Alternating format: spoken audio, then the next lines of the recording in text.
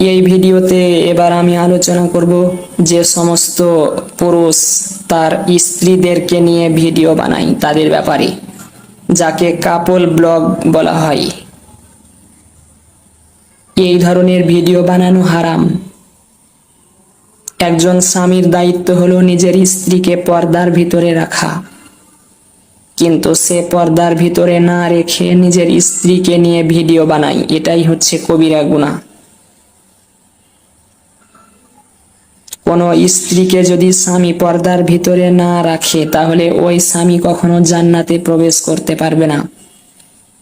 কিয়ামতের দিন প্রত্যেকটা স্বামীকে তার স্ত্রী সম্পর্কে এবং স্ত্রীকে স্বামী সম্পর্কে প্রশ্ন করা হবে, নিজ নিজ দায়িত্ব সম্পর্কে। কিন্তু স্বামীর দায়িত্ব হলো সব থেকে বেশি স্ত্রীর চাইতেও।